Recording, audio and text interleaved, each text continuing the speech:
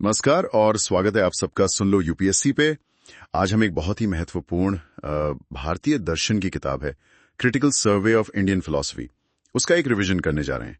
नमस्कार। हाँ, ये किताब खासकर उन लोगों के लिए बहुत उपयोगी है जो इंडियन फिलॉसफी मतलब भारतीय दर्शन की एक कॉम्प्रिहेंसिव समझ चाहते हैं, और यूपीएससी एस्पिरेंट्स के लिए तो ये एक फाउंडेशन की तरह है। बिल्कुल, ये सिर्फ अकादमिक दृष्टि से ही नहीं बल्कि जीवन को समझने का एक नजरिया भी देता है ना? सही कहा। तो आज के सत्र से श्रोताओं को क्या मिलेगा? हम कोशिश करेंगे कि इस पूरी किताब के जो 20 चैप्टर्स हैं उनका एक सार, उनके जो कोर कॉन्सेप्ट्स हैं, मुख्य विचार हैं और जो मुख्य बहसें मतलब डिबेट्स हैं उनको समझें। हाँ, एक तरह से पूरी किताब का नटशेल में रिवीजन। और ये भी साफ कर दें कि ये क्विक रिवीजन है। हम बाद में हर चैप्टर पर अलग से विस्तार से चर्चा करेंगे। जानकारी को सामने रख रहे हैं। हमारा उद्देश्य किसी भी राजनीतिक या विवादास्पद विचार का समर्थन करना बिल्कुल नहीं है, सिर्फ निष्पक्ष प्रस्तुति। ठीक है, तो फिर चैप्टर 1 से शुरू करते हैं, the Vedas and the Upanishads, Veda और उपनिषद। हाँ, यहीं से शुरुआत होती है। वैदिक काल मतलब वैदिक एज, इसमें पहले संहिताज आई, फिर ब्राह्मणास ग्रंथ, फिर आरण्यकास और आखिर में उपनिषद। ये क्रम है। और उपनिषदों का सार क्या है, मतलब उनका सेंट्रल आइडिया? उनका सेंट्रल आइडिया है एकात्मवादी आदर्शवाद, जिसे कहते हैं मोनिस्टिक आइडियलिज्म। इसका मतलब है कि जो परम सत्य है, जिसे ब्रह्म कहा गया, और जो हमारी अपनी चेतना है, आत्मा, वो असल में एक ही है। वो तत्वम असि वाला महावाक्य। बिल्कुल, तुम वही हो। ये उपनिषदों का निचोड़ है एक तरह से। उन्होंने ज्ञान के भी 2 प्रकार बताए, पराविद्या हायर नॉलेज जो आत्मा और ब्रह्म को जानने वाली विद्या है, और अपराविद्या जो दुनियावी चीजों का ज्ञान है। कर्मकांड और ज्ञान कांड का फर्क भी यहीं से आता है। हाँ, पहले वेदों में कर्म कांड मतलब यज्ञ वगैरह पे जोर था। उपनिषदों ने ज्ञान कांड यानी ज्ञान के मार्ग पर ज्यादा जोर दिया। इसमें कई मशहूर उपनिषद हैं, जैसे छांदोग्य, बृहदारण्यक, कठ, मुंडक। और उनमें वो फेमस डायलॉग्स भी आए ना, जैसे नचिकेता और यम का संवाद, या याज्ञवल्क्य और मैत्रेयी का। हाँ बिल्कुल, नचिकेता यम संवाद मृत्यु और आत्मा के रहस्य पर है। याज्ञवल्क्य मैत्रेयी संवाद आत्मा के स्वरूप पर। उद्दालक अपने बेटे श्वेतकेतु को तत्वमसि समझाते हैं। प्रजापति और इंद्र का संवाद भी आत्मा के स्वरूप पर है, जो अलग अलग अवस्थाओं को बताता है। आत्मा की अवस्थाएं जैसे 4 अवस्थाएं बताई हैं, जागृत, स्वप्न, सुषुप्ति और तुरीय, जो इन तीनों से परे शुद्ध चेतना की अवस्था है। यही आत्मा का असली स्वरूप है। अच्छा, और उपनिषदों का प्रभाव तो पश्चिम में भी पड़ा है ना? शोपेनहावर जैसे दार्शनिकों ने भी इनकी तारीफ की है। हाँ, शोपेनहावर, ड्यूसेन जैसे कई पश्चिमी विद्वानों ने उपनिषदों के दर्शन की गहराई को सराहा है। याज्ञवल्क्य और प्रजापति के विचारों में आत्मा मतलब एटमिन के स्वरूप पर बहुत विस्तार से चर्चा मिलती है। ठीक है, तो चैप्टर 1 हुआ वेद और उपनिषद। अब चैप्टर 2 भगवद गीता। हाँ, भगवद गीता। महाभारत के युद्ध के मैदान में जब अर्जुन बिल्कुल कंफ्यूज्ड हो जाते हैं, तब कृष्ण उन्हें उपदेश देते हैं। ये गीता का संदर्भ है। और गीता का मुख्य संदेश क्या है? अक्सर कहते हैं कि ये एक सिंथेसिस है, एक समन्वय है। बिल्कुल, गीता ज्ञान, कर्म और भक्ति, इन तीनों मार्गों का समन्वय करती है। ये नहीं कहती कि कोई एक मार्ग ही श्रेष्ठ है, बल्कि तीनों को मिलाती है। और इसमें योग की भी बात है। हाँ, योग का मतलब यहाँ सिर्फ आसन प्राणायाम नहीं, बल्कि एक जीवन पद्धति है। समत्वम योग उच्यते, यानी सुख दुख लाभ हानि में समान रहना ही योग है। कर्मसु कौशलम, कर्मों में कुशलता ही योग है। स्थित प्रज्ञा का कॉन्सेप्ट भी इसी से जुड़ा है, वो व्यक्ति जिसका मन स्थिर है। ज्ञान योग मतलब ज्ञान का मार्ग। हाँ, ज्ञान योग में आत्म साक्षात्कार पर जोर है, ये जानना कि आत्मा क्या है, ब्रह्म क्या है। और कर्म योग, ये तो बहुत फेमस है, निष्काम कर्म। हाँ, निष्काम कर्म का सिद्धांत गीता की बहुत बड़ी देन है। मतलब अपना कर्तव्य करो पर फल की इच्छा मत रखो। कर्म फल त्याग, इसमें प्रवृत्ति यानी दुनिया में सक्रिय रहना और निवृत्ति यानी दुनिया से विरक्त होना, इन दोनों में बैलेंस बनाने की बात है। क्या डिसइंटरेस्टेड एक्शन मतलब बिना किसी स्वार्थ के काम करना संभव है? इस पर भी चर्चा है। और तीसरा है भक्ति योग। जी, भक्ति योग में ईश्वर के प्रति समर्पण और प्रेम पर जोर है। भक्त के क्या लक्षण होते हैं, ईश्वर की कृपा कैसे मिलती है, ये सब बढ़ाया गया है। कुल मिलाकर गीता का संदेश बहुत प्रैक्टिकल और आज भी प्रासंगिक है। बिल्कुल। तो ये थे 2 प्रमुख आस्तिक ग्रंथ। अब नास्तिक स्कूलों की तरफ बढ़े। चैप्टर 3 मटीरियलिज्म यानी भौतिकवाद, चार्वाक दर्शन। हाँ, चार्वाक जिन्हें लोकायता भी कहा जाता है, बृहस्पति को इनका प्रणेता माना जाता है। चार्वाक शायद उनके शिष्य थे या ये नाम ही दर्शन के लिए इस्तेमाल होता था। इन्हें नास्तिक शिरोमणि भी कहा गया, मतलब नास्तिकों में सबसे आगे। इनकी फिलॉसफी क्या है? ज्ञान के बारे में क्या मानते हैं? एपिस्टेमोलॉजी। इनकी ज्ञान मीमांसा बहुत सीधी है, प्रत्यक्षणेव प्रमाणम, मतलब जो सीधे अनुभव हो, परसेप्शन, वही एकमात्र प्रमाण है। ये अनुमान को प्रमाण नहीं मानते। अनुमान को क्यों नहीं मानते हैं? लॉजिक तो मानते होंगे। नहीं, वो अनुमान की प्रक्रिया पर सवाल उठाते हैं। अनुमान के लिए व्याप्ति जरूरी होती है, मतलब एक यूनिवर्सल कनेक्शन, जैसे जहां जहां धुआं है वहां वहां आग है।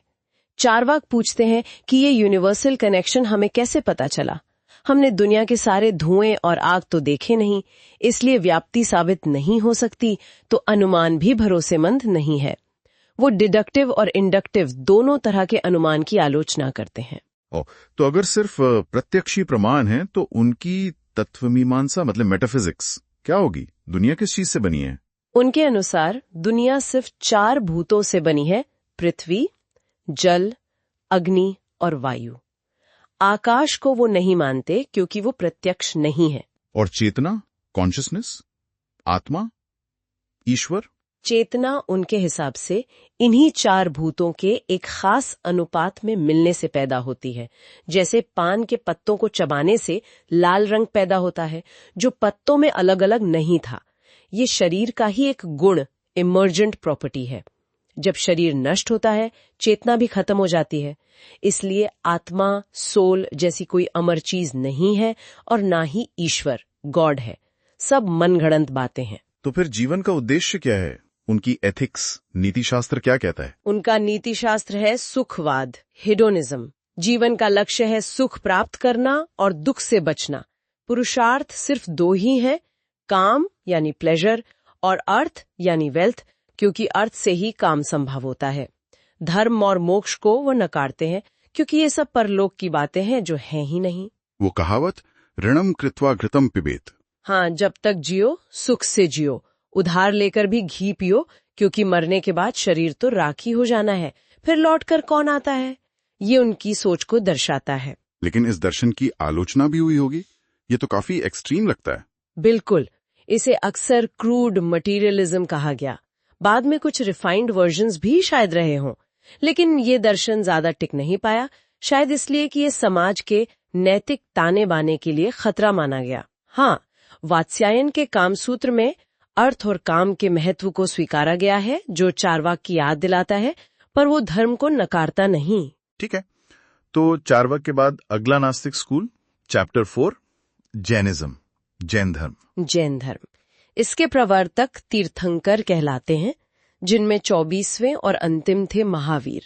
ये भी वेदों को प्रमाण नहीं मानते। इनकी एपिस्टेमोलॉजी, ज्ञान मीमांसा क्या है? जैन ज्ञान को 2 मुख्य भागों में बांटते हैं, परोक्ष यानी इनडायरेक्ट नॉलेज और अपरोक्ष यानी डायरेक्ट नॉलेज। परोक्ष में मति यानी इंद्रिय और मन से होने वाला ज्ञान और श्रुत यानी सुनकर या पढ़कर मिलने वाला ज्ञान आता है।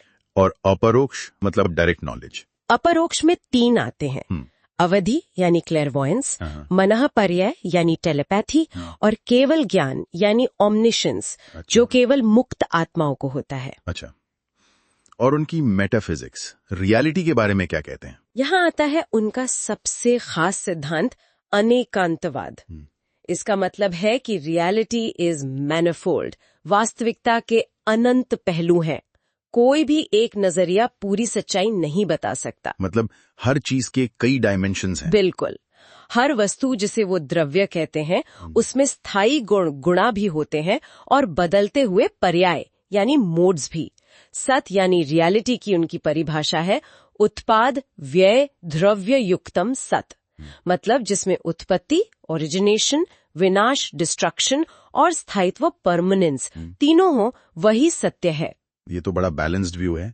और इसी से स्यादवाद जुड़ा है। हाँ, अनेकांतवाद अगर मेटाफिजिक्स है तो स्यादवाद उसकी एपिस्टेमोलॉजी है, मतलब ज्ञान का सिद्धांत। स्यादवाद कहता है कि हमारा हर कथन, हर जजमेंट सापेक्ष रिलेटिव होता है, कंडीशनल होता है। इसलिए हर कथन के पहले स्यात लगाना चाहिए, जिसका मतलब है किसी अपेक्षा से या परहैप्स। इसके लिए वो 7 तरह के जजमेंट बताते हैं, सप्तभंगी नय। हाँ, द 7-fold जजमेंट, जैसे शायद अस्ति, शायद है, शायद नास्ति, शायद नहीं है, शायद अस्ति च नास्ति च, शायद है और नहीं है, शायद अवक्तव्यम, शायद अवर्णनीय है, और ऐसे ही 3 और। ये दिखाता है कि भाषा भी पूरी सच्चाई को व्यक्त नहीं कर सकती। वो हाथी और 6 अंधों वाली कहानी इसी को समझाने के लिए। बिल्कुल, हर अंधा हाथी के जिस हिस्से को छूता है उसी को पूरा हाथी समझ लेता है। कोई कहता है हाथी खंबे जैसा है, कोई रस्सी जैसा, कोई दीवार जैसा। सब अपनी अपनी जगह सही हैं, पर अधूरे हैं। पूरी सच्चाई जानने के लिए सभी नजरियों को मिलाना होगा। ये तो बहुत ही टॉलरेंट अप्रोच है।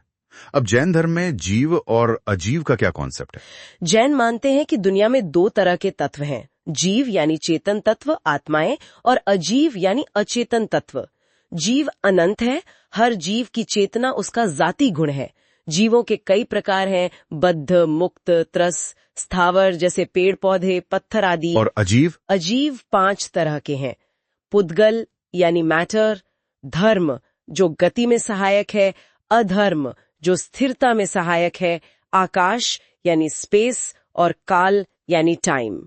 धर्म और अधर्म यहाँ नैतिक अर्थों में नहीं, बल्कि मूवमेंट और रेस्ट के प्रिंसिपल्स के तौर पर हैं। और कर्म सिद्धांत, कर्म थियरी, वो जैन धर्म में बहुत महत्वपूर्ण है ना? हाँ, बहुत।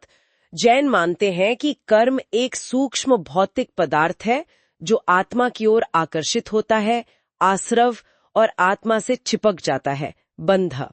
यही बंधन का कारण है। तो इससे मुक्ति कैसे मिलेगी? मोक्ष? मुक्ति के लिए कर्मों के प्रवाह को रोकना, संवर, और पहले से जमा कर्मों को आत्मा से अलग करना निर्जरा जरूरी है। जब सारे कर्म नष्ट हो जाते हैं, तब आत्मा अपने शुद्ध स्वरूप को प्राप्त कर लेती है, वही मोक्ष है। कर्मों के 2 प्रकार हैं, पुण्य जो सुख देता है, और पाप जो दुख देता है, पर दोनों ही बंधनकारी हैं। और एथिक्स, जैन नीति शास्त्र में क्या खास है? जैन नीति शास्त्र त्रिरत्न पर आधारित है, सम्यक दर्शन, राइट फेथ, सम्यक ज्ञान, राइट नॉलेज, और सम्यक चारित्र, राइट कंडक्ट। चारित्र के लिए 5 महाव्रत हैं, अहिंसा, नॉन वायलेंस, सत्य, ट्रूथ, अस्तेय, नॉन स्टीलिंग, ब्रह्मचर्य, सेलिबसी, और अपरिग्रह, नॉन पोजेशन। इनमें अहिंसा पर सबसे ज्यादा जोर है। गृहस्थों के लिए यही व्रत अणुव्रत कहलाते हैं, जो थोड़े कम कठोर होते हैं। और ईश्वर के बारे में क्या जैन अनीश्वरवादी हैं? हाँ, जैन धर्म सृष्टिकर्ता ईश्वर को नहीं मानता, लेकिन वो ईश्वरत्व की अवधारणा को मानते हैं। हर आत्मा में परमात्मा बनने की क्षमता है। जो तीर्थंकर हैं, वो मुक्त आत्माएं हैं, वो पूज्य हैं, पर वो दुनिया बनाते या चलाते नहीं हैं। अच्छा, तो ये था जैन धर्म। अब आते हैं चैप्टर 5, अर्ली बुद्धिज्म, प्रारंभिक बौद्ध धर्म, जिसे हीनयान भी कहते हैं। हाँ, बौद्ध धर्म की शुरुआत सिद्धार्थ गौतम यानी बुद्ध की शिक्षाओं से हुई। बाद में इसमें 2 मुख्य धाराएं बनी, हीनयान और महायान। हीनयान, जिसे थेरवाद भी कहते हैं, बुद्ध की मूल शिक्षाओं से ज्यादा करीब माना जाता है। इसी में स्थविरवाद और सर्वास्तिवाद जैसे स्कूल हुए, जिनसे बाद में सौत्रांतिक स्कूल निकला। बुद्ध की मूल शिक्षाएं क्या थी? वो 4 आर्य सत्य? बिल्कुल। पहला, दुख है, जीवन में दुख अनिवार्य है। दूसरा, दुख समुदाय, दुख का कारण है, और वो कारण है तृष्णा यानी क्रेविंग या डिजायर। तीसरा, दुख निरोध, दुख का निवारण संभव है तृष्णा को समाप्त करके। और चौथा, दुख निरोध गामिनी प्रतिपदा, दुख निवारण का मार्ग है, जिसे अष्टांगिक मार्ग कहते हैं। अष्टांगिक मार्ग, इसमें 8 चीजें हैं। हाँ, 8। सम्यक दृष्टि, राइट अंडरस्टैंडिंग, सम्यक संकल्प, राइट थॉट, सम्यक वाक, राइट स्पीच, सम्यक कर्मांत, राइट एक्शन, सम्यक आजीव, राइट लाइवलीहुड, सम्यक व्यायाम, राइट एफर्ट, सम्यक स्मृति, राइट माइंडफुलनेस, और सम्यक समाधि, राइट कंसंट्रेशन। ये नैतिकता, मानसिक अनुशासन और प्रज्ञा, विजडम को कवर करते हैं। बौद्ध धर्म का एक और बहुत महत्वपूर्ण सिद्धांत है प्रतीति समुत्पाद। प्रतीति समुत्पादा मतलब डिपेंडेंट ओरिजिनेशन। ये क्या है? ये बौद्ध धर्म का कोर मेटाफिजिकल सिद्धांत है। इसका मतलब है कि हर चीज, हर घटना अपने कारणों और परिस्थितियों पर निर्भर होकर उत्पन्न होती है। कुछ भी स्वतंत्र या अपने आप में एग्जिस्ट नहीं करता। इसे 12 कड़ियों की एक श्रृंखला से समझाया जाता है। 12 कड़ियां? हाँ। कौन सी? ये है अविद्या, इग्नोरेंस, संस्कारा मेंटल फॉर्मेशन, विज्ञान, ये कॉन्शियसनेस, नाम रूप, नेम एंड फॉर्म, षडायतना, 6 सेंसेस, हाँ। स्पर्शा, कॉन्टैक्ट, हाँ। वेदना, फीलिंग, तृष्णा, क्रेविंग, उपादान, ठीक क्लिंगिंग, है, भव, बिकमिंग, जाति, बर्थ, हाँ। और जरा मरना, ओल्ड एज एंड डेथ। ये चक्र जीवन और दुख के चक्र को दिखाता है। और इसी से जुड़ा है अनात्मावाद, द नो सोल थ्योरी। हाँ। अगर सब कुछ निर्भर है तो कोई स्थायी स्वतंत्र आत्मा या सेल्फ कैसे हो सकता है? जिसे हम मैं कहते हैं, वो असल में 5 स्कंधों का एक समूह या प्रवाह मात्र है। ये 5 स्कंध है: रूपा, मैटर, फॉर्म मैटर, वेदना, फीलिंग्स, संज्ञा, परसेप्शन, संस्कार, मेंटल फॉर्मेशन, और विज्ञान, कॉन्शियसनेस। इसके लिए कोई उदाहरण? हाँ, मिलिंद पन्हो ग्रंथ में भिक्षु नागसेन राजा मिलिंद को रथ के उदाहरण से समझाते हैं। जैसे रथ पहियों, धुरी, ढांचे आदि का समूह मात्र है, अलग से कोई रथ नहीं है, वैसे ही व्यक्ति भी 5 स्कंधों का समूह मात्र है, अलग से कोई आत्मा नहीं है। तो फिर क्षणिकवाद भी इसी से जुड़ा होगा, मोमेंटेरीनेस। बिल्कुल। अगर कोई स्थायी आत्मा नहीं है और सब कुछ कारणों पर निर्भर है, तो इसका मतलब है कि सब कुछ हर पल बदल रहा है, कंटिन्यूअस फ्लक्स। कुछ भी एक क्षण के लिए भी वैसा नहीं रहता। जैसे नदी की धारा हर पल नई होती है, या दीपक की लौ हर पल बदलती रहती है।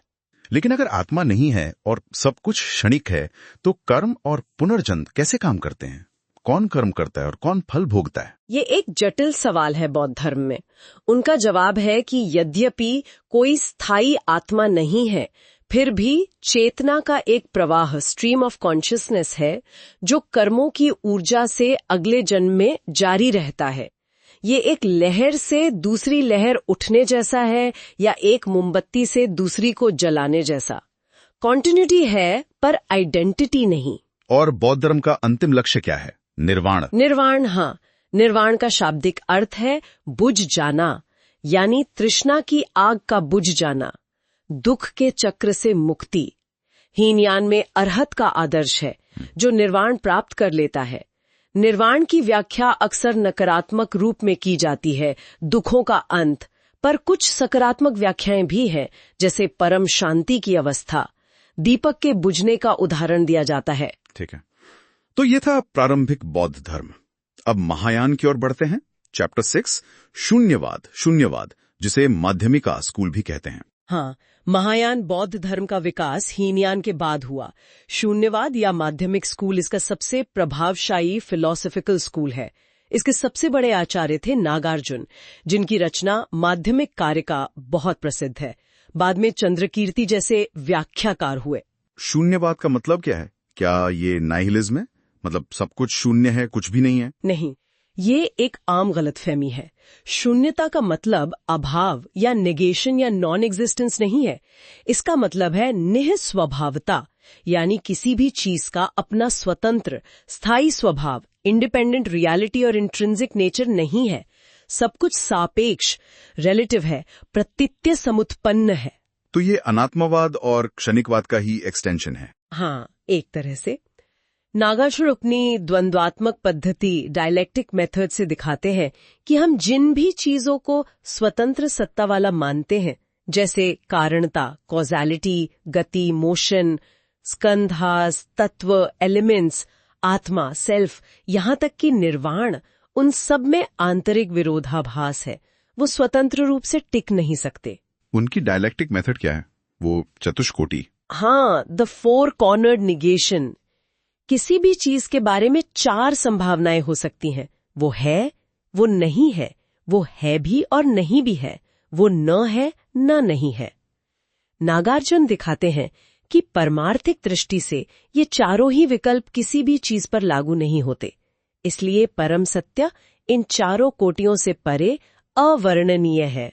तो फिर ये दुनिया जो हमें दिखती है, ये क्या है? व्यवहार का सत्य, एम्पिरिकल ट्रूथ, जो व्यावहारिक दृष्टि से मान्य है, और दूसरा परमार्थ सत्य यानी अल्टीमेट ट्रूथ, जो शून्यता है।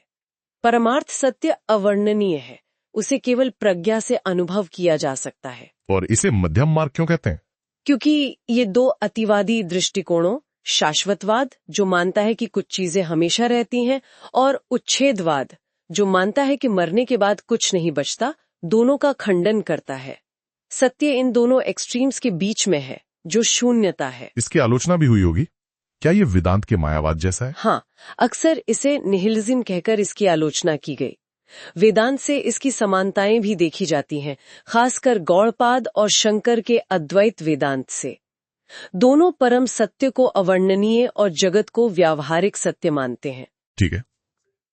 अब महायान का दूसरा प्रमुख स्कूल, चैप्टर 7, विज्ञानवाद, जिसे योगाचारा भी कहते हैं। हाँ, योगाचार्य या विज्ञानवाद। इसके प्रमुख आचार्य थे असंग और वसुबंधु। मैत्रेय नाथ को भी इसका संस्थापक माना जाता है। इनकी मुख्य रचनाएं हैं योगाचार्य भूमिशास्त्र, महायान सूत्रालंकार। विज्ञानवाद का मतलब क्या है? Consciousness only. हाँ, इनका मुख्य सिद्धांत है विज्ञान मात्रता या चित्त मात्रम, यानी केवल विज्ञान या चेतना, कॉन्शियसनेस ही परम सत्य है। जिसे हम बाह्य जगत, एक्सटर्नल वर्ल्ड समझते हैं, वो असल में हमारे मन या चेतना की ही रचना है। मतलब बाहर कोई ऑब्जेक्टिव दुनिया नहीं है, जैसे सपने में होता है। बिल्कुल, जैसे सपने में हम पूरी दुनिया देखते हैं, पर वो होती तो हमारे मन में ही है, वैसे ही ये जागृत अवस्था की दुनिया भी चेतना का ही प्रोजेक्शन है।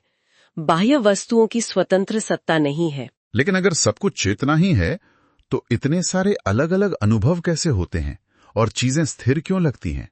इसके लिए वो आले विज्ञाना का कॉन्सेप्ट देते हैं, जिसे स्टोर हाउस कॉन्शियसनेस कहते हैं।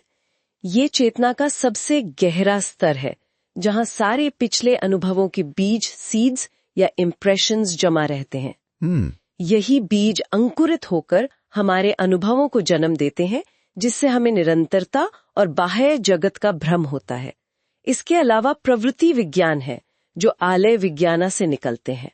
तो ये आलय विज्ञान एक तरह की मेमोरी जैसा है? हाँ, पर उससे कहीं ज्यादा गहरा। ये एक तरह का सामूहिक और व्यक्तिगत अनकॉन्शियस माइंड जैसा है, जो अनुभवों को स्टोर भी करता है और प्रोजेक्ट भी। ये सापेक्ष स्थायित्व, रिलेटिव परमानेंस प्रदान करता है। उन्होंने वास्तविकता के 3 स्तर भी बताए हैं। त्रिविध स्वभाव। हाँ, द 3 नेचर्स। पहला है परिकल्पित स्वभाव। ये वो है जिसे हम भाषा और कॉन्सेप्ट्स के जरिए गढ़ लेते हैं, इमेजिन रियलिटी, जैसे कुर्सी या टेबल का अलग अस्तित्व मानना। ये पूरी तरह भ्रामक है। दूसरा है परतंत्र स्वभाव। ये चेतना का प्रवाह है जो कारणों पर निर्भर है, डिपेंडेंट है, जैसे आलय विज्ञान और उससे उत्पन्न होने वाले विचार। ये सापेक्ष सत्य है। और तीसरा है परिनिष्पन्न स्वभाव। ये परम सत्य है, जो चेतना का शुद्ध रूप है, जहां ज्ञाता ज्ञेय का भेद मिट जाता है। यही शून्यता या तथाता, सचनेस है। और अभूत परिकल्प? ये परतंत्र स्वभाव को ही कहते हैं। मतलब वो चेतना जो अवास्तविक कल्पना करती है, जो ज्ञाता और ज्ञेय का भेद पैदा करती है। इसकी भी आलोचना हुई, शंकर ने इसकी आलोचना की है। हाँ, शंकर ने विज्ञानवाद की तीखी आलोचना की है कि अगर बाह्य जगत नहीं है, तो बाह्य जगत जैसा अनुभव क्यों होता है। लेकिन कुछ लोग मानते हैं कि शंकर के गुरु गौड़पाद पर विज्ञानवाद का गहरा प्रभाव था। इंटरेस्टिंग। अब आते हैं चैप्टर 8, स्वतंत्र विज्ञानवाद। ये क्या है? ये बौद्ध न्याय, बुद्धिस्ट लॉजिक का स्कूल है, जिसके सबसे बड़े नाम हैं दिनागा और धर्मकीर्ति। इनकी रचनाएं हैं प्रमाण समुच्चय, प्रमाण वार्तिक। ये लॉजिक और एपिस्टेमोलॉजी पर फोकस करते हैं। तो ये विज्ञानवाद से अलग कैसे हैं? हालांकि इन्हें विज्ञानवादी माना जाता है, पर इनका मुख्य योगदान ज्ञान मीमांसा एपिस्टेमोलॉजी में है। ये ज्ञान के दो ही प्रमाण मानते हैं, प्रत्यक्ष परसेप्शन और अनुमान इन्फरेंस। प्रत्यक्ष के बारे में क्या कहते हैं? दिंगनाग मानते हैं कि शुद्ध प्रत्यक्ष हमेशा निर्विकल्पिक होता है, यानी बिना किसी नाम या कॉन्सेप्ट के। जब हम उसे नाम और कॉन्सेप्ट देते हैं तो वो सविकल्पिक बन जाता है और उसमें कल्पना का अंश आ जाता है। धर्मकीर्ति इसमें थोड़ा सुधार करते हैं। प्रत्यक्ष केवल स्वलक्षणा को जानता है, यानी यूनिक पर्टिकुलर, जो बिल्कुल क्षणिक और विशिष्ट है। और अनुमान सामान्य लक्षणा को जानता है, यानी यूनिवर्सल कॉन्सेप्ट्स, जो भाषा और मन की रचना है। यहीं पर वो अपोहवाद का सिद्धांत देते हैं। अपोहवाद, थ्योरी ऑफ नेगेशन, एक्सक्लूजन, ये क्या है? ये शब्दों के अर्थ को समझने का तरीका है। दिंगनाग कहते हैं कि शब्द सीधे किसी वस्तु को नहीं बताते, बल्कि वो दूसरी चीजों का निषेध एक्सक्लूजन करके अपना अर्थ बताते हैं। जैसे गाय शब्द का अर्थ है जो गैर गाय नहीं है, एक्सक्लूजन ऑफ नॉन काउज, मतलब शब्द हमें बताते हैं कि कोई चीज क्या नहीं है। ये तो बिल्कुल अलग तरीका है मीनिंग समझने का। और क्षणिकवाद पर इनके क्या विचार हैं? धर्मकीर्ति क्षणिकवाद को और पुख्ता करते हैं। वो कहते हैं सत इज इक्वल टू अर्थ क्रियाकारित्व, मतलब जिसका अस्तित्व है वो वही है जो कोई कार्य कर सकता है, कॉजल एफिशिएंसी। और चूंकि कोई कार्य क्षण भर में ही होता है, इसलिए हर सत्तावान वस्तु क्षणिक है। वो ये भी तर्क देते हैं कि विनाश अहेतुक है, चीजें अपने स्वभाव से ही नष्ट होती हैं, उन्हें नष्ट करने के लिए किसी बाहरी कारण की जरूरत नहीं। अच्छा, इन्होंने दूसरे दर्शनों का खंडन भी किया होगा? हाँ, इन्होंने वैशेषिक के द्रव्य गुण कर्म की स्थायी सत्ता का, सांख्य की नित्य प्रकृति का और खासकर ईश्वर के अस्तित्व का जोरदार खंडन किया।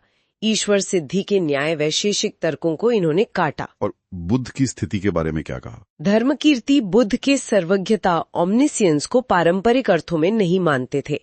वो कहते थे कि बुद्ध प्रामाणिक रिलायबल हैं क्योंकि उन्होंने 4 आर्य सत्य और मोक्ष का मार्ग बताया जो तर्क और अनुभव से सिद्ध होता है, न कि इसलिए कि वो सब कुछ जानते थे। ज्ञान मीमांसा और तत्व मीमांसा की आलोचना की। कुछ लोग मानते हैं कि बौद्ध न्याय के अत्यधिक तार्किक और खंडनात्मक रवैये ने भी भारत में बौद्ध धर्म के पतन में भूमिका निभाई। ठीक है, तो ये थे नास्तिक और बौद्ध स्कूल। अब वापस आते हैं आस्तिक स्कूलों पर। चैप्टर 9, सांख्य दर्शन। सांख्य दर्शन, जिसे भारत के सबसे पुराने दर्शनों में गिना जाता है, इसके प्रणेता कपिल मुनि माने जाते हैं। सबसे प्रामाणिक ग्रंथ है ईश्वर कृष्ण की सांख्य कारिका। ये एक द्वैतवादी दर्शन है। द्वैतवादी मतलब 2 मूल तत्व? हाँ, 2 मूल स्वतंत्र और शाश्वत तत्व, पुरुष और प्रकृति। इनके कार्य कारण सिद्धांत सत्कार्यवाद के बारे में बताएं। सत्कार्यवाद कहता है कि कार्य इफेक्ट अपने कारण कॉज में उत्पत्ति से पहले ही सत एग्जिस्टेंट रूप में मौजूद होता है, बस अव्यक्त होता है। जैसे दही दूध में पहले से ही मौजूद है, बस उसका रूप बदलता है। इसे परिणामवाद भी कहते हैं। कार्य का वास्तविक परिणाम या ट्रांसफॉर्मेशन होता है कार्य। ये न्याय वैशेषिक के असत्कार्यवाद या आरंभवादा के विपरीत है, जो मानता है कि कार्य एक नई उत्पत्ति है। और प्रकृति क्या है?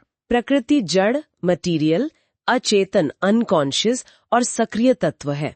ये त्रिगुणात्मक है। इसमें 3 गुण होते हैं, सत्व, रजस और तमस। सत्व ज्ञान, सुख और प्रकाश का प्रतीक है। रजस क्रिया, दुख और गति का। तमस अज्ञान, जड़ता और अंधकार का। जब ये तीनों गुण साम्यावस्था में होते हैं तो सृष्टि नहीं होती, उसे प्रलय कहते हैं। और पुरुष? तो पुरुष चेतन कॉन्शियस, निष्क्रिय इनएक्टिव साक्षी है। ये अनेक हैं, प्लुरैलिटी ऑफ पुरुषास। ये ज्ञाता है पर कर्ता नहीं है। ये कैवल्य या मुक्ति चाहता है। सांख्य पुरुष के अस्तित्व के लिए कई तर्क देता है, जैसे कि प्रकृति जड़ है, उसे भोगने वाला कोई चेतन तत्व होना चाहिए। तो सृष्टि कैसे होती है? हाँ। एवोल्यूशन। जो पुरुष और प्रकृति का संयोग होता है, हालांकि ये संयोग वास्तविक नहीं बल्कि एक आभासी संपर्क है, तब प्रकृति की साम्यावस्था भंग होती है और विकास एवोल्यूशन शुरू होता है। इसे सर्ग कहते हैं।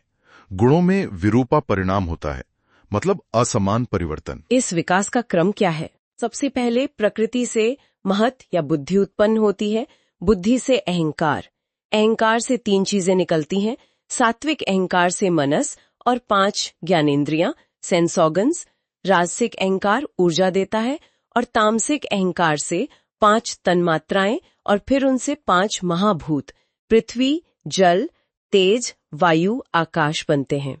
इस पूरे विकास का प्रयोजन क्या है? टीलियोलॉजी। हाँ, सांख्य प्रयोजनवादी है। प्रकृति का ये सारा विकास पुरुष के लिए होता है, उसके भोग यानी अनुभव के लिए और अंततः अपवर्ग यानी मोक्ष या लिबरेशन के लिए। ये संयोग पंगु अंधवत संयोग जैसा है। अंधा प्रकृति चल सकता है पर देख नहीं सकता, लंगड़ा पुरुष देख सकता है पर चल नहीं सकता। दोनों मिलकर अपना काम निकालते हैं।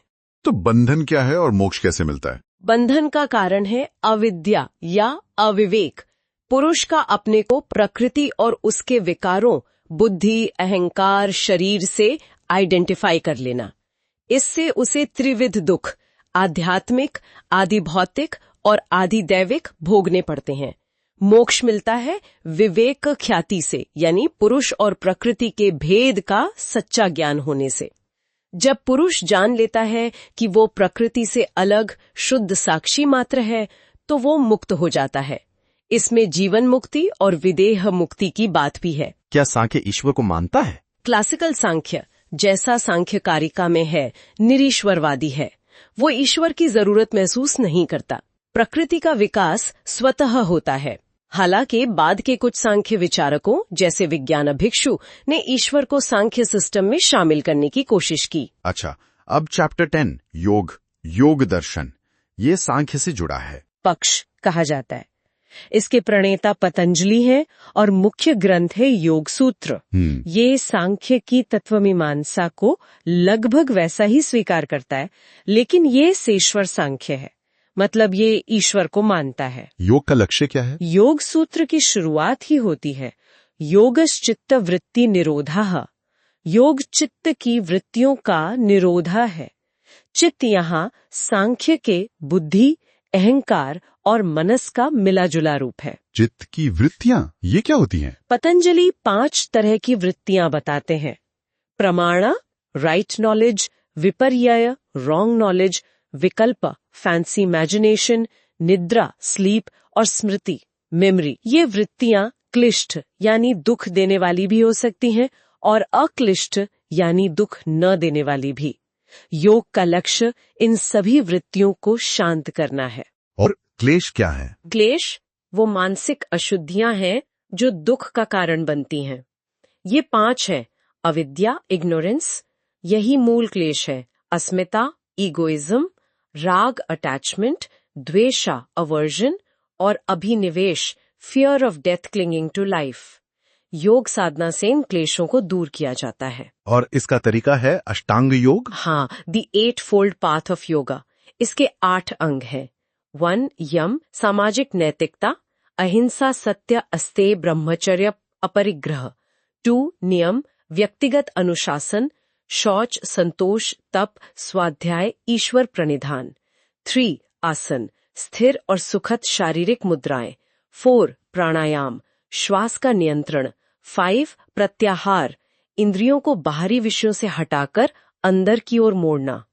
5 प्रत्याहार, ये पहले 5 बहिरंग साधन कहलाते हैं। और बाकी 3 अंतरंग साधन। हाँ, बाकी 3 अंतरंग साधन, इंटरनल एड्स है।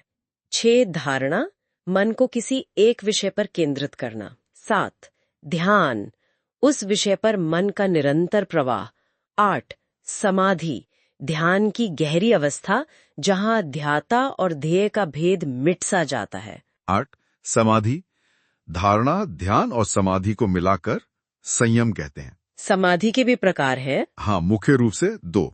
संप्रज्ञात समाधि, जिसमें चेतना किसी न किसी आलंबन पर, ऑब्जेक्ट पर टिकी रहती है। इसके विचार स्तर हैं वितर्क, विचार, आनंद, अस्मिता। और इससे भी ऊंची अवस्था है असंप्रज्ञात समाधि, जिसमें चित्त की सभी वृत्तियां पूरी तरह शांत हो जाती हैं, कोई आलंबन नहीं रहता।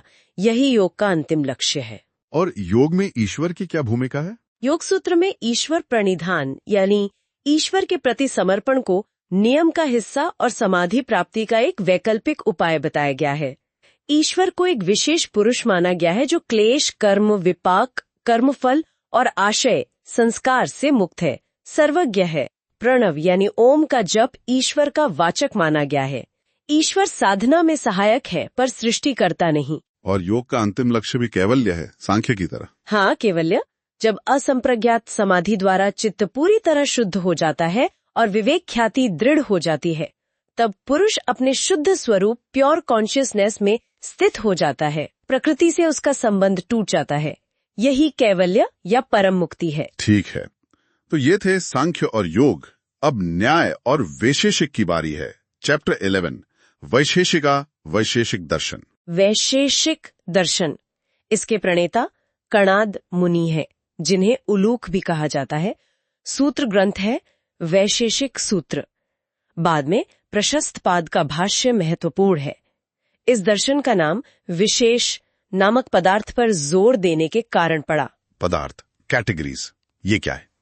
वैशेषिक दर्शन दुनिया की सभी चीजों को कुछ मूल पदार्थों या कैटेगरीज में बांटकर समझने की कोशिश करता है। कणाद ने 6 पदार्थाज बताए: द्रव्य, सब्सटेंस; गुण, क्वालिटी; कर्मा, एक्शन; सामान्य, जेनरलिटी, यूनिवर्सल; विशेषा, पर्टिकुलैरिटी; और समवाया, इनहेरेंस। बाद में कुछ वैशेषिकों, खासकर न्याय के प्रभाव में 7वां पदार्थ, अभाव, नॉन एग्जिस्टेंस भी जोड़ा गया। द्रव्य सब्सटेंस कितने?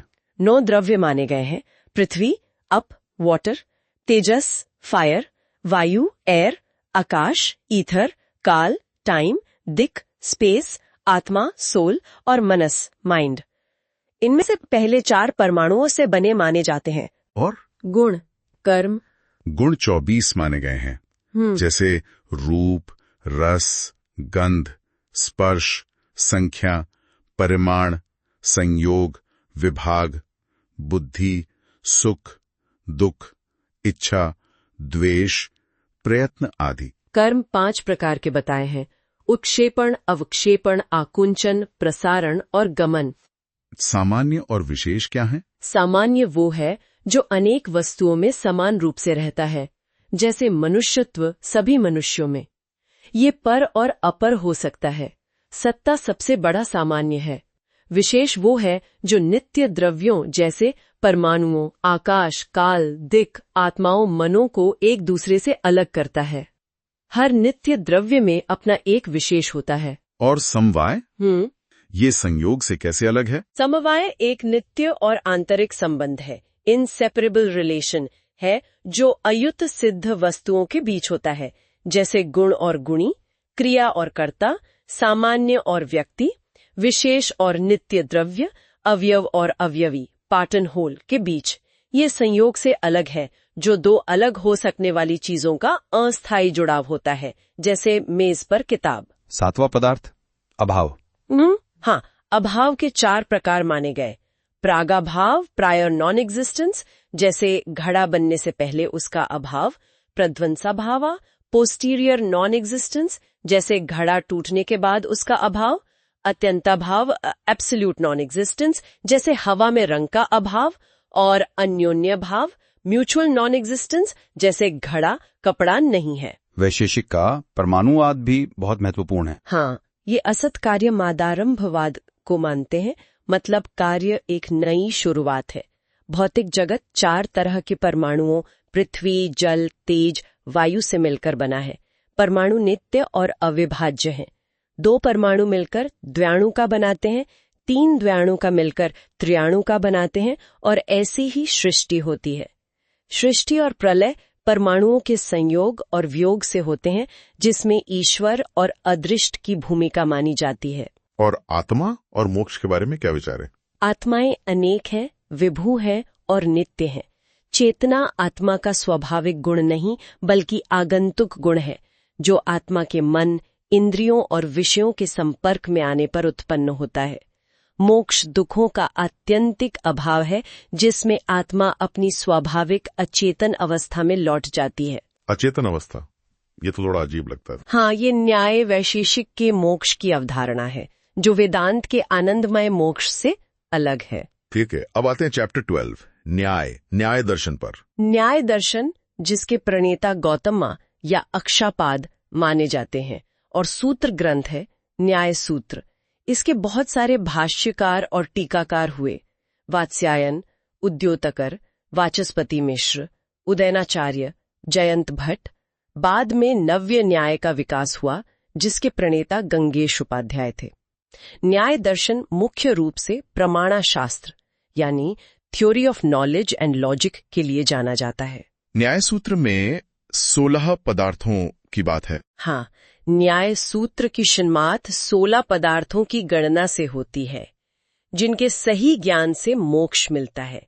ये हैं प्रमाण, मीन्स ऑफ वैलिड नॉलेज; प्रमेय, ऑब्जेक्ट्स ऑफ वैलिड नॉलेज; संशय, डाउट; प्रयोजन, पर्पस; दृष्टांत, एग्जाम्पल; सिद्धांत, डॉक्ट्रिन; अवयव, मेंबर्स ऑफ सिलोजिज्म; तर्क, हाइपोथेटिकल रीजनिंग; निर्णय, असर्टेनमेंट; वाद, डिस्कशन; जल्प, रैंगलिंग; वितंडा, कैविल; हेत्वाभास, फॉलिसीज; छल, क्विबलिंग; जाति, सोफिस्टिकल रेफ्यूटेशन; और निग्रह स्थान, पॉइंट्स ऑफ डिफीट।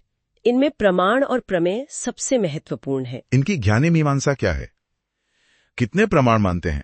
न्याय 4 प्रमाण स्वीकार करता है: प्रत्यक्ष, अनुमान, उपमान और शब्द। प्रत्यक्ष के बारे में क्या खास है? प्रत्यक्ष 2 तरह का होता है, लौकिक और अलौकिक। लौकिक प्रत्यक्ष इंद्रियों और वस्तु के संपर्क, सन्निकर्ष से होता है, जिसके 6 प्रकार हैं।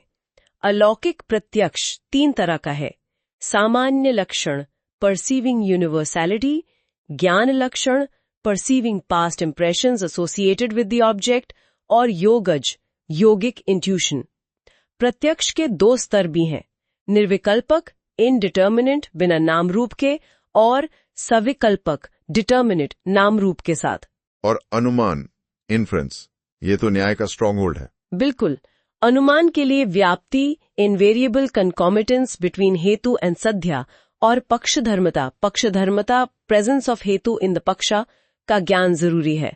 इन दोनों के ज्ञान से होने वाला परामर्श ही अनुमान का तात्कालिक कारण है। अनुमान 2 प्रकार का है: स्वार्थानुमान, फॉर वनसेल्फ, और परार्थानुमाना, फॉर अदर्स। परार्थानुमान के लिए वो 5 वाक्यों वाला स्ट्रक्चर, 5 मेंबर सिलोजिज्म। हाँ, पंचावयवी वाक्य ये है: 1 प्रतिज्ञा, थीसिस, पहाड़ी पर आग है; 2 हेतु, रीजन, क्योंकि वहां धुआं है; 3 उदाहरण, एग्जाम्पल विद व्याप्ति, जहां जहां धुआं होता है वहां वहां आग होती है, जैसे रसोई में; 4 उपनया, एप्लीकेशन, इस पहाड़ी पर भी वैसा ही धुआं है जो आग के साथ होता है; और 5 निगमन, कंक्लूजन, इसलिए इस पहाड़ी पर आग है। 5वां जी, निगमन, कंक्लूजन। न्याय ने हेतु के प्रकार और हेत्वाभास, फॉलिसीज ऑफ इन्फरेंस की भी विस्तृत चर्चा की है। हेत्वाभास जैसे 5 मुख्य हेत्वाभास हैं: सव्यभिचार, इर्रेगुलर मिडिल टर्म; विरुद्ध, कॉन्ट्रडिक्टरी मिडिल; सत प्रतिपक्ष, इन्फरेंशियली कॉन्ट्रडिक्टेड मिडिल; असिद्ध, अनप्रूव्ड मिडिल; और बाधित, नॉन इन्फरेंशियली कॉन्ट्रडिक्टेड मिडिल। तीसरा प्रमाण है उपमान, कंपैरिजन। ये क्या है? उपमान से हमें संज्ञा संज्ञ संबंध का ज्ञान होता है, मतलब नाम और उस नाम वाली चीज के बीच के संबंध का ज्ञान। जैसे अगर कोई शहरी व्यक्ति जंगली गाय गवैया को नहीं जानता और कोई ग्रामीण उसे बताता है कि गवैया नील गाय जैसा होता है, तो जब वो जंगल में नील गाय जैसा जानवर को देखता है, उसे याद आता है कि हाँ, इसी को गवैया कहते हैं। ये ज्ञान उपमान से हुआ। ये मीमांसा के उपमान से थोड़ा अलग है। और चौथा शब्द, टेस्टिमनी। शब्द प्रमाण मतलब आप्त वाक्य, statement of a reliable person. जो व्यक्ति भरोसेमंद है उसकी बात को मानना। ये लौकिक भी हो सकता है, जैसे किसी एक्सपर्ट की बात, और वैदिक भी। न्याय वेदों को ईश्वरकृत मानता है, इसलिए वेद स्वतः प्रमाण है। न्याय का कार्यकारण सिद्धांत क्या है? न्याय वैशेषिक की तरह असत कार्यवाद को मानता है। कार्य कारण से बिल्कुल अलग, एक नई उत्पत्ति है। कारण की परिभाषा है अनन्यथा सिद्ध नियत पूर्व वृत्ति। कारण 3 प्रकार के होते हैं: समवायी कारणा, इनहेरेंट कॉज, जैसे धागे कपड़े के। असमवायी कारणा, नॉन इनहेरेंट कॉज, जैसे धागों का संयोग कपड़े का। और निमित्त कारणा, एफिशिएंट कॉज, जैसे जुलाहा कपड़े का। और ईश्वर के बारे में न्याय क्या कहता है? न्याय ईश्वर के अस्तित्व को सिद्ध करने के लिए कई तर्क देता है, जैसे कार्यायोजन, धृत्यादेह, पदात्, प्रत्ययता श्रुतेह, वाक्यात्, संख्या विशेषाच्च। ईश्वर जगत का निमित्त कारण है, उपादान कारण परमाणु है। ईश्वर परमाणुओं को मिलाकर सृष्टि करता है और उनका संहार करता है। आत्मा और मोक्ष पर इनके विचार वैशेषिक जैसे ही हैं। हाँ, आत्मा अनेक, नित्य, विभु है, चेतना आगंतुक गुण है और मोक्ष दुखों का आत्यंतिक नाश है। न्याय के अनुसार 16 पदार्थों के तत्वज्ञान से मिथ्या ज्ञान का नाश होता है, फिर दोषों का, फिर प्रवृत्ति का, फिर जन्म का और अंत में दुखों का नाश होकर अपवर्ग यानी मोक्ष मिलता है। ठीक है, अब आते हैं चैप्टर 13, पूर्व मीमांसा पर। पूर्व मीमांसा, जिसके प्रणेता जैमिनी है और सूत्र ग्रंथ है मीमांसा सूत्र।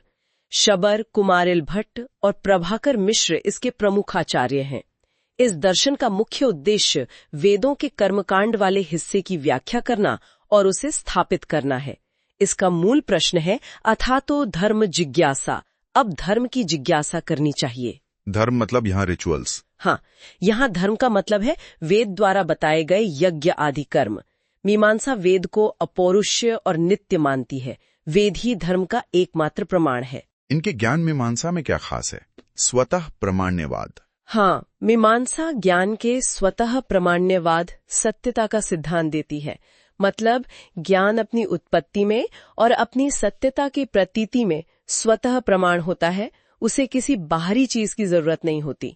हाँ, ज्ञान की असत्यता बाहरी कारणों से पता चलती है, परतः अप्रमाण्यवाद। ये कितने प्रमाण मानते हैं? इसमें कुमारिल भट्ट और प्रभाकर मिश्र के मत अलग अलग हैं। कुमारिल 6 प्रमाण मानते हैं, प्रत्यक्ष, अनुमान, उपमान, शब्द, अर्थापत्ति और अनुपलब्धि। प्रभाकर अनुपलब्धि को अलग प्रमाण नहीं मानते, वो 5 ही मानते हैं। प्रत्यक्ष और अनुमान पर इनके विचार न्याय से मिलते जुलते हैं? हाँ, काफी हद तक। प्रत्यक्ष में कुमारिल निर्विकल्पक और सविकल्पक दोनों मानते हैं, जबकि प्रभाकर सिर्फ निर्विकल्पक को ही शुद्ध प्रत्यक्ष मानते हैं। सविकल्पक में स्मृति का अंश आ जाता है।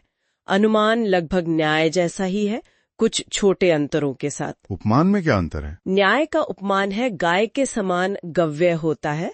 सुनकर, जंगल में गव्य को देखकर यह गव्य है जानना। मीमांसा का उपमान है जंगल में गव्य को देखकर घर लौटने पर अपनी गाय को देखकर यह सोचना कि मेरी गाय इस देखे हुए गव्य के समान है। फोकस अलग अलग है। शब्द प्रमाण तो इनके लिए सबसे महत्वपूर्ण होगा। बिल्कुल, वेद अपौरुषेय और नित्य है, इसलिए शब्द प्रमाण सर्वोच्च है।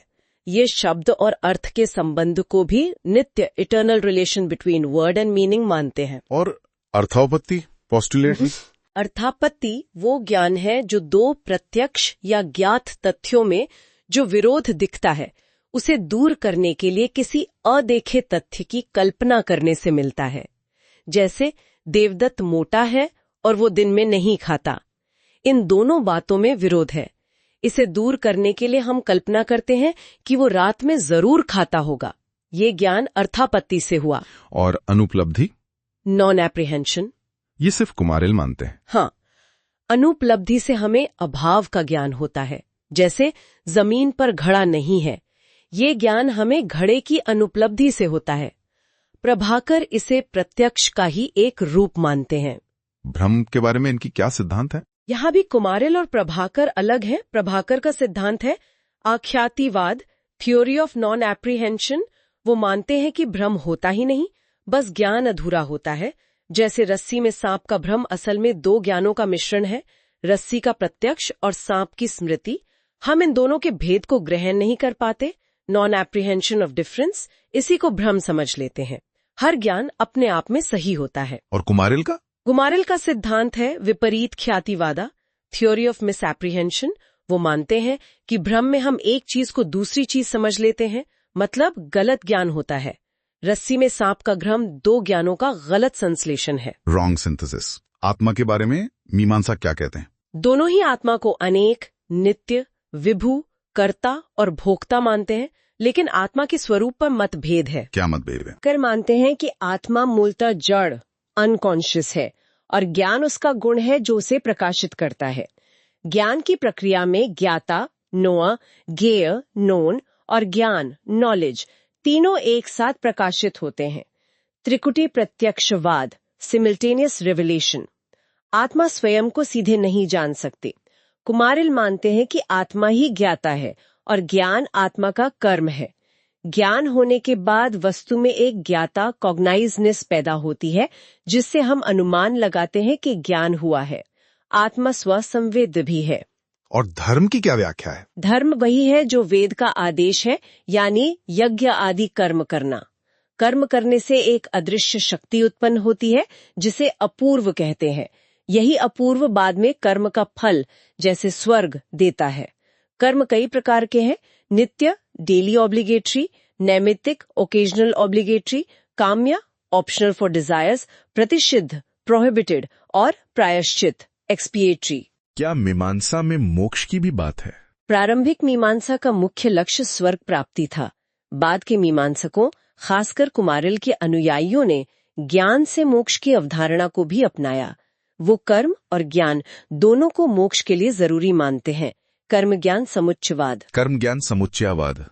क्या मीमांसा ईश्वर को मानती है? क्लासिकल मीमांसा अनीश्वरवादी है। उन्हें धर्म की व्याख्या के लिए ईश्वर की जरूरत नहीं, वेद ही अंतिम सत्ता है। कर्म का फल अपूर्व देता है, ईश्वर नहीं। ठीक है, अब हम वेदांत की ओर बढ़ते हैं, लेकिन शंकर से पहले के वेदांत की। चैप्टर 14, प्री शंकरा वेदांत, शंकर पूर्व वेदांत। इसमें गौड़पाद का नाम आता है। हाँ, गौड़पाद। उनकी मांडू के कारिका, जिसे आगमशास्त्र भी कहते हैं, बहुत महत्वपूर्ण है। ये मांडू के उपनिषद की व्याख्या है और अद्वैत वेदांत की नींव रखती है। इन पर बौद्ध दर्शन, खासकर महायान के शून्यवाद और विज्ञानवाद का काफी प्रभाव माना जाता है। तो इनका मुख्य सिद्धांत क्या है? अजातिवाद। हाँ, अजातिवाद, doctrine of no origination. Gaudapada कहते हैं कि परमार्थिक दृष्टि से न तो कोई उत्पत्ति होती है, न कोई विनाश। जगत की सृष्टि हुई ही नहीं। वो सृष्टि के विभिन्न सिद्धांतों का खंडन करते हैं।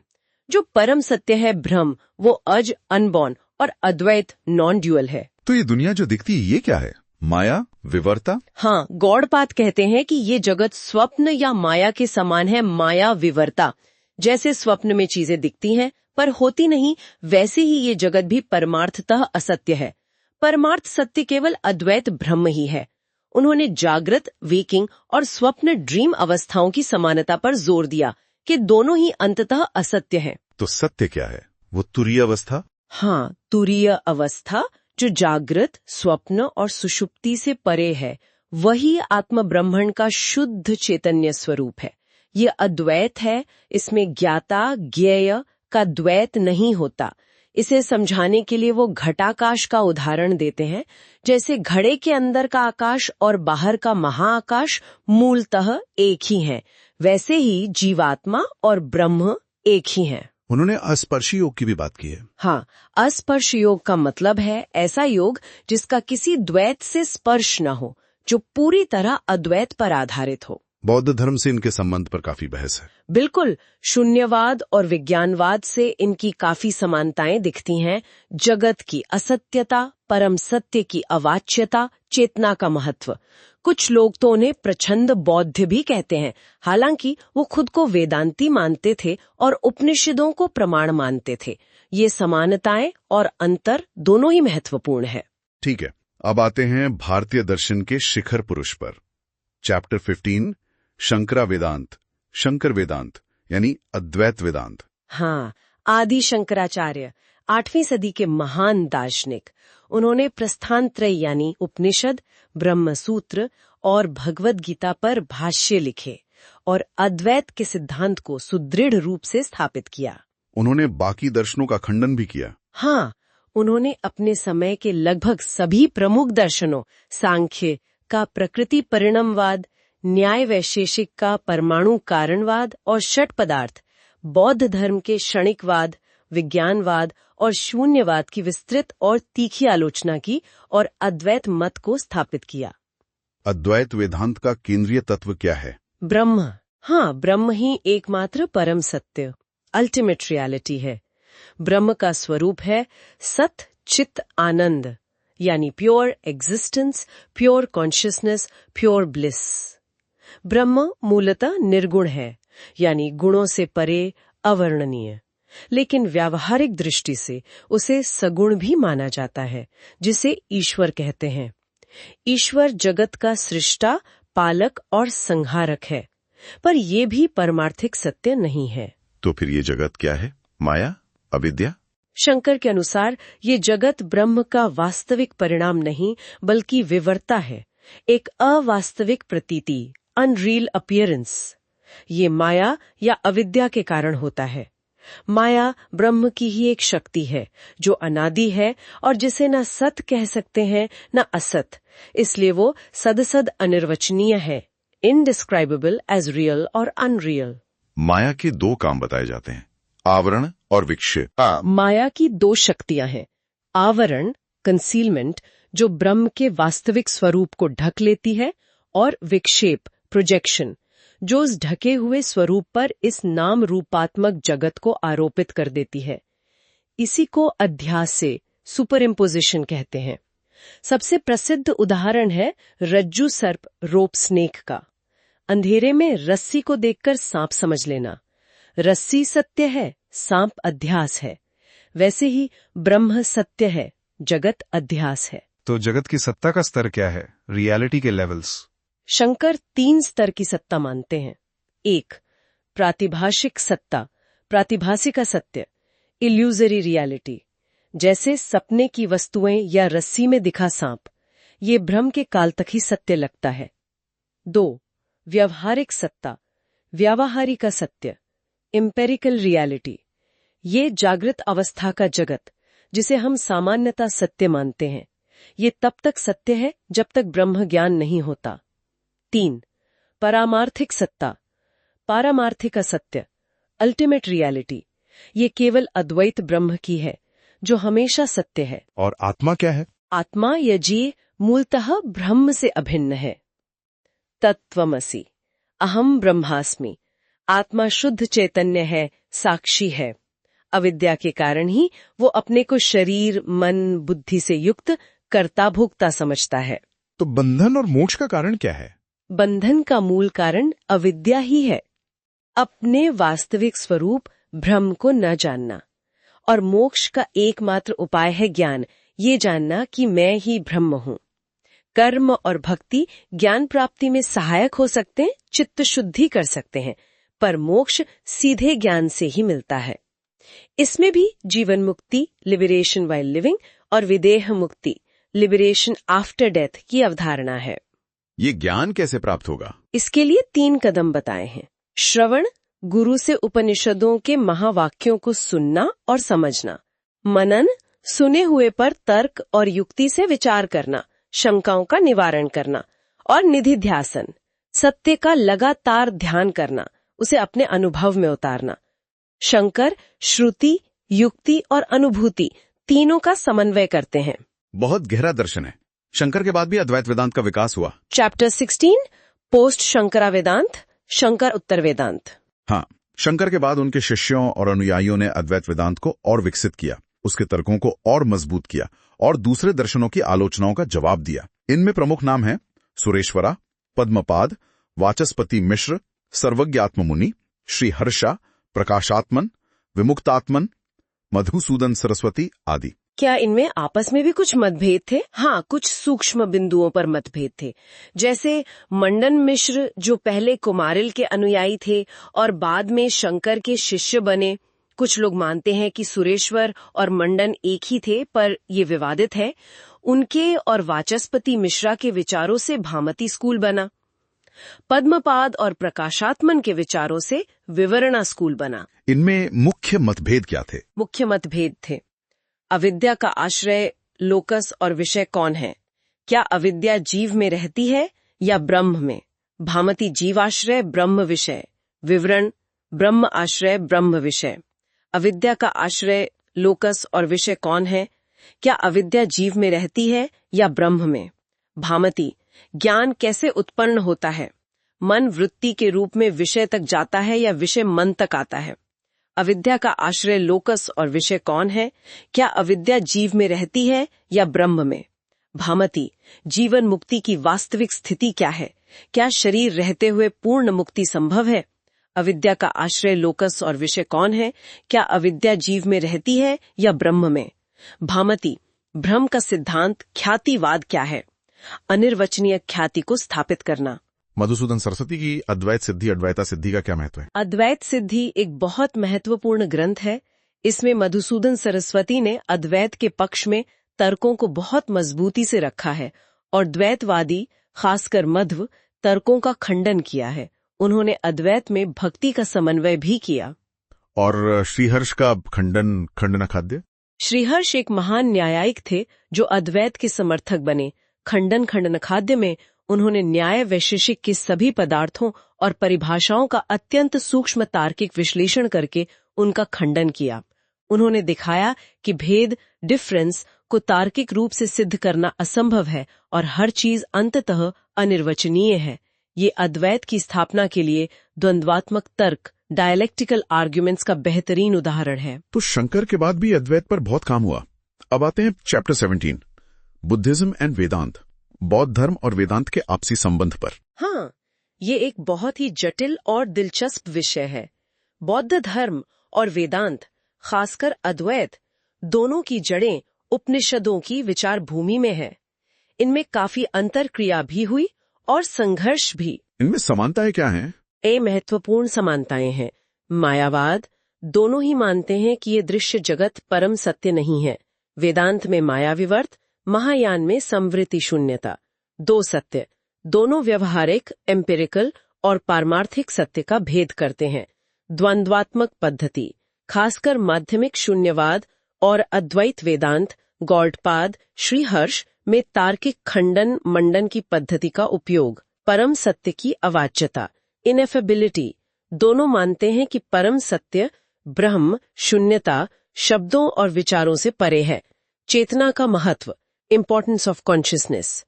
विज्ञानवाद और वेदांत दोनों चेतना को केंद्रीय मानते हैं। कर्म और पुनर्जन्म, दोनों इन सिद्धांतों को मानते हैं, यद्यपि व्याख्या में अंतर है।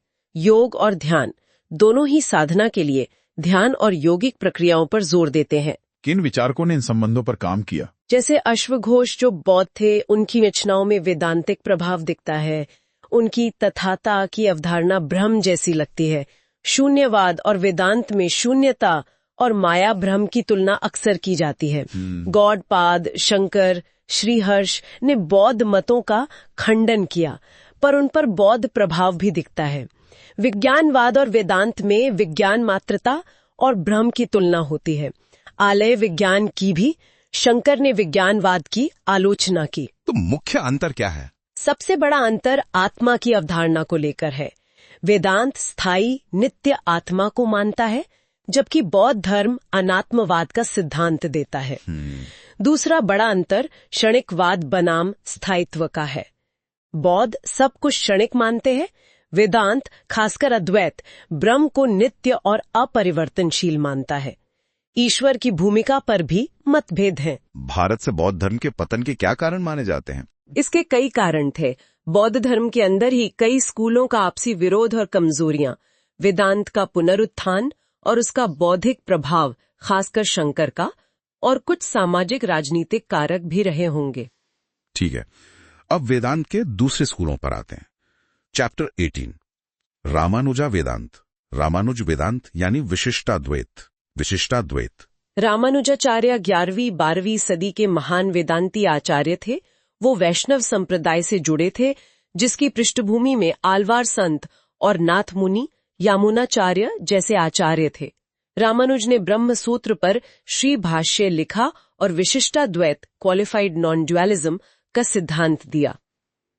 इनकी ज्ञान मीमांसा क्या है? शंकर से कैसे अलग है? रामानुज 3 प्रमाण मानते हैं, प्रत्यक्ष, अनुमान और शब्द। ब्रह्म के सिद्धांत में वो शंकर के अनिर्वचनीय ख्याति से अलग यथार्थ ख्याति या सत्ख्याति को मानते हैं। मतलब ब्रह्म में भी हमें जो दिखता है वो किसी न किसी रूप में सत्य ही होता है, बस हम उसे गलत संदर्भ में समझ लेते हैं। जैसे सीप में चांदी का भ्रम, चांदी कहीं और सत्य है, उसके अंश सीप में भी हो सकते हैं। ज्ञान को वो आत्मा का स्वाभाविक गुण नहीं बल्कि एक धर्मभूत ज्ञान मानते हैं, जो आत्मा का एक एट्रीब्यूट है जो फैल और सिकुड़ सकता है। और तत्वमीमांसा, मेटाफिजिक्स? विशिष्टाद्वैत का मतलब क्या है? रामानुज 3 तत्व मानते हैं जो नित्य हैं: चित, सोल्स, अचित, मैटर, और ईश्वर, गॉड। ब्रह्म जो ईश्वर ही है, एक है, लेकिन वो चित और अचित से विशिष्ट है। जैसे शरीर और आत्मा एक होते हुए भी अलग हैं, वैसे ही जीव और जगत ईश्वर के शरीर या प्रकार हैं, और ईश्वर उनकी आत्मा या शरीरी है। ये संबंध शरीर शरीरी भाव कहलाता है। तो ये नॉन ड्यूलिज्म है, पर क्वालिफाइड। हाँ, जीव और जगत ईश्वर से अपृथक सिद्धि हैं, मतलब इनसे अलग ईश्वर का अस्तित्व नहीं सोचा जा सकता और ईश्वर से अलग इनका अस्तित्व नहीं सोचा जा सकता। ये इनसेपरेबल है पर भिन्न भी है, इसीलिए इसे क्वालिफाइड नॉन ड्यूलिज्म कहते हैं। ब्रह्म सविशेष है, निर्विशेष नहीं। ईश्वर की अवधारणा क्या है? ब्रह्म ही ईश्वर है जो सगुण, पोजेसिंग इन्फिनिट ऑस्पिशियस क्वालिटीज है। वो जगत का अभिन्न निमित्तोपादान कारण, both material and efficient cause है। मतलब वो अपने शरीर चित और अचित से जगत को बनाता भी है और बनाने वाला भी वही है। वो अंतर्यामी भी है और पर भी। उसके 5 कार्य हैं: सृष्टि, स्थिति, संहार, निग्रह, बंधन, अनुग्रह, मोक्ष। जीवात्मा के बारे में क्या? बंधन और मोक्ष कैसे होता है? बंधन का कारण कर्म और अविद्या है। मोक्ष केवल ईश्वर की कृपा से मिलता है। इसके लिए मुख्य साधन है भक्ति, लविंग डिवोशन और प्रपत्ति, complete self surrender to God. ज्ञान और कर्म भक्ति के अंग हैं। मोक्ष में आत्मा ईश्वर के धाम जाकर ईश्वर के समान दिव्य गुणों को प्राप्त करती है, पर ईश्वर से एक नहीं होती। मोक्ष के 4 स्तर बताए गए हैं: सालोक्य, लिविंग इन गॉड्स वर्ल्ड; सामीप्य, नियरनेस टू गॉड; सारूप्य, हैविंग गॉड्स फॉर्म; सायुज्य, कम्युनियन विद गॉड। रामानुज ने शंकर के मायावाद का खंडन भी किया। हाँ, रामानुज ने शंकर के माया अविद्या के सिद्धांत की 7 प्रमुख तर्कों सप्तविधान उपपत्ति के आधार पर विस्तृत आलोचना की। बहुत विस्तार से समझाया आपने। अब चैप्टर 19, अदर स्कूल्स ऑफ वेदांत, वेदांत के अन्य मत। हाँ, रामानुज के अलावा भी वेदांत के कई और वैष्णव स्कूल विकसित हुए, जैसे मध्वाचार्य। हाँ, 13वीं सदी के मध्वाचार्य ने द्वैतवाद, ड्वेलिज्म का सिद्धांत दिया। ये शंकर के अद्वैत और रामानुज के विशिष्टाद्वैत दोनों का खंडन करते हैं। मध्व 5 शाश्वत भेदों को मानते हैं: 1, ईश्वर और जीव में भेद; 2, ईश्वर और जड़ प्रकृति में भेद; 3, जीव और जीव में भेद; 4, जीव और जड़ में भेद; 5, जड़ और जड़ में भेद। ये 5 भेद हमेशा बने रहते हैं, मोक्ष में भी। तो इनके अनुसार ईश्वर, जीव, प्रकृति सब अलग अलग हैं। बिल्कुल। ईश्वर विष्णु स्वतंत्र तत्व है, बाकी सब परतंत्र हैं। ईश्वर केवल निमित्त कारण, एफिशिएंट कॉज है, उपादान कारण प्रकृति है। जीव अनेक हैं और उनमें तारतम्य है, कुछ सात्विक, मुक्ति योग्य, कुछ राजसिक, संसार में भटकने वाले, कुछ तामसिक, नित्य नरक भोगने वाले। मोक्ष में भी जीवों की योग्यता के अनुसार आनंद में तारतम्य रहता है। मोक्ष का साधन केवल भक्ति है। और निम्बार्काचार्य? निम्बार्क का सिद्धांत है द्वैताद्वैतवाद या भेदाभेद। ये मानते हैं कि जीव और जगत ब्रह्म से भिन्न भी हैं और अभिन्न भी, जैसे लहरें समुद्र से भिन्न भी हैं और अभिन्न भी। ब्रह्म सगुण है और जगत का अभिन्न निमित्तोपादान कारण है। जीव अणु, अनेक, ज्ञाता, कर्ता, भोक्ता है। राधा कृष्ण की युगल उपासना पर जोर है। मोक्ष भक्ति और प्रपत्ति से मिलता है। वल्लभाचार्य का शुद्धाद्वैतवाद? हाँ, वल्लभाचार्य का सिद्धांत है शुद्धाद्वैतवाद, प्योर नॉन डुअलिज्म। ये शंकर के अद्वैत से इस मायने में अलग है कि ये जगत को सत्य मानते हैं, माया या विवर्त नहीं। जगत ब्रह्म का ही अविकृत परिणाम है। ब्रह्म सतचित आनंद स्वरूप है। जीव ब्रह्म का ही अंश है, जिसमें आनंद अंश तिरोहित रहता है। मोक्ष ईश्वर की कृपा से मिलता है, जिसे पुष्टि कहते हैं। इनका मार्ग पुष्टि मार्ग कहलाता है। कृष्ण भक्ति, खासकर बाल कृष्ण की सेवा पर जोर है। और चैतन्य महाप्रभु? चैतन्य का सिद्धांत है अचिंत्य भेदा भेदवाद। ईश्वर, कृष्ण और उसकी शक्तियों, जीव, माया में भेद और अभेद दोनों हैं, पर यह संबंध हमारी बुद्धि के लिए अचिंत्य है। राधा भाव की उपासना और प्रेमा भक्ति पर अत्यधिक जोर है। संकीर्तन, नाम जप मुख्य साधना है। इस चैप्टर में श्री अरबिंदो का भी जिक्र है। हाँ, श्री अरबिंदो 20वीं सदी के आधुनिक वेदांती विचारक हैं। उनका दर्शन पूर्ण योग कहलाता है। वो विकासवाद की बात करते हैं, जिसमें चेतना जड़ पदार्थ से होते हुए जीवन, मन और अंततः अतिमानस तक विकसित होती है, जिससे धरती पर दिव्य जीवन संभव होगा। सच्चिदानंद, अतिमानस जैसी उनकी अवधारणाएं महत्वपूर्ण हैं। ठीक है, अब हम इस सर्वे के अंतिम चैप्टर पे आते हैं, चैप्टर 20, शैवा और शक्तमत। हाँ, ये वो स्कूल है जो शिव या शक्ति द डिवाइन मदर को परम सत्ता मानते हैं। ये भी अगमास और तंत्रास पर आधारित है और बहुत प्राचीन है। शैव सिद्धांत क्या है? शैव सिद्धांत मुख्य रूप से दक्षिण भारत में प्रचलित है। ये 3 तत्व मानता है: पति, लॉर्ड यानी शिव, पशु, सोल और पाश, बॉन्डेज। पाश 3 प्रकार के हैं: आणवमल, इनेट इग्नोरेंस, कर्ममल, कर्मा, और मायामल, इम्प्यूरिटी फ्रॉम माया।